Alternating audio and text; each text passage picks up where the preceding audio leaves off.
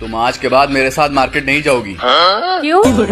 और क्या, इतनी तेज चलती हो ऐसा लगता है हम तुम्हारा पीछा कर रहे हैं। हाँ तो हमारी आदत है तेज चलने की। बस अब से हम जब भी तुमको देखें स्लो चलती हुई दिखना हमको। ठीक है।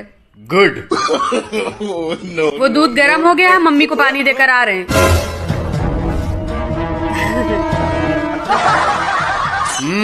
इसे कहते हैं चलाई।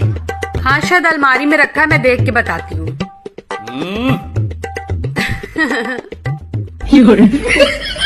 गुड, ये है नजाकत वाली चाल। अर्शी, जी जल्दी पानी लाओ, निवाला फंस गया है। हाँ आ रहे हैं। आगे आगे। जल्दी लाओ। अरे जल्दी लाओ, धीरे क्यों चल रही है? अरे नजाकत से चल रहे हैं, थोड़ा टाइम लगेगा आने में।